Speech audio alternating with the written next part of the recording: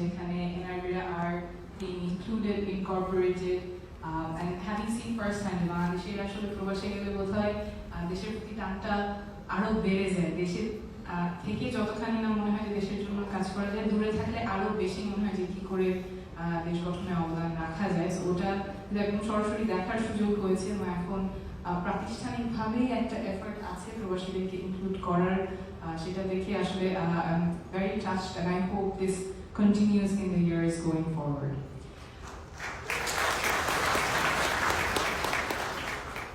কেমন বাংলাদেশ চাই? আসলে এখানে উত্তরটা খুব সহজ, এমন বাংলাদেশ চাই যেখানে প্রত্যেকের অধিকার সংরক্ষিত থাকবে, মানবিক মর্যাদা থাকবে। খুব বেশি চাওয়া না, কিন্তু এই যে অধিকার সংরক্ষিত থাকা, মানবিক মর্যাদা থাকা, এটা যাতে নির্ভর না করে কার পকেটে কত টাকা আছে, ক্ষমতাসীন কে কাকে চেনে, সেটার উপর নির্ভর করবে এমন বাংলাদেশ চাই না। হাসপাতালে একটা সিট পেতে হলে কোনো রাজনীতিবিদের রেফারেন্স লাগবে, ভূমি অফিসে ফাইল মুভ করার জন্য খুশি দিতে হবে, সেই বাংলাদেশ এবং এমন বাংলাদেশ আমরা গড়ব যেখানে প্রত্যেক নাগরিক দেশ গঠনে সক্রিয়ভাবে অংশগ্রহণ করতে পারবে। আমাদের তরুণরা, আমাদের নারীরা, আমাদের প্রবাসীরা সক্রিয়ভাবে দেশ গঠনে অংশগ্রহণ করতে পারবে।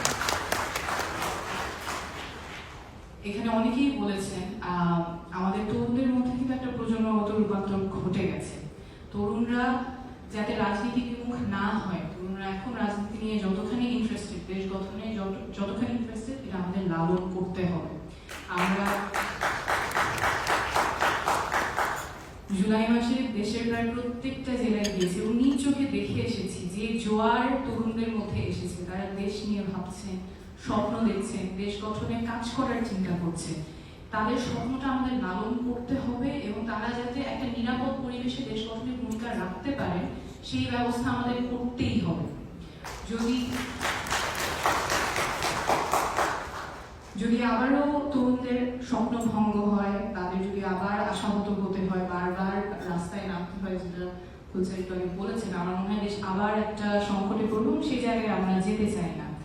আমাদের ঠাকুরগাঁয়ের লামিন, সিরাজগঞ্জের জুবাইর যেই আশা নিয়ে 24-এ মাঠে নেমেছিল, যেই স্বপ্ন নিয়ে মাঠে নেমেছিল, সেটা আমাদের বাস্তবায়ন করতে হবে। আমরা ঝালকাঠিতে একজন কৃষকের সাথে দেখা হয়েছিল, রতন হালদার, তার ছেলে রাজীব হালদার, তিনি আন্ডারগ্রেড পাস করেছেন, কিন্তু একটা সরকারি প্রজেক্ট, একটি বাড়ি একটি খামারের পিয়নের চাকরির জন্য 7 লাখ টাকা ঘুষ চেয়েছে। সেরকম যাতে আর না হয়, আমাদের তরুণদের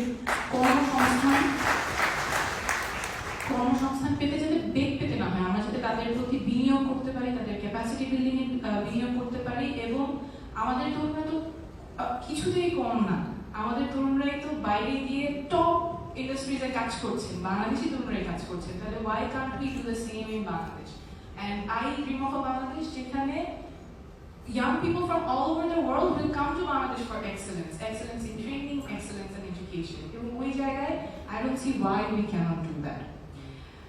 এরপর আমাদের নারীরা যাতে সক্রিয়ভাবে অংশগ্রহণ করতে পারেন, আমাদের অভ্যুত্থানে একদম সামনে থেকে নারীরা নেতৃত্ব দিয়েছেন, কিন্তু তারপর আমরা দেখেছি অনেকভাবে নারীদেরকে সাইডলাইন করে দেওয়া, সাইবার বুলিং, হ্যারাসমেন্ট, অনেক কিছু শিকার করতে হচ্ছে, কিন্তু তারপর নারীরা থেমে নেই। আমরা যদি নারীদেরকে অগ্রগতির যাত্রায় অংশগ্রহণ না করাতে পারি, তাহলে আমাদের অগ্রগতিটাই সাইডলাইন হয়ে যাবে। তো আমি স্বপ্ন দেখি আমার ব্রাহ্মণবাড়ির তিথি, রাজবাড়ির আফরিন, ওরা যখন চিন্তা করছেন দেশ গঠনে কাজ করতে চাই, রাজনীতি অংশগ্রহণ করতে চাই, সেখানে তার বাবা মায়ের চিন্তা করতে হবে না যে আমার মেয়েটা সেখানে নিরাপদ থাকবে কিনা। আমাদের নারীরা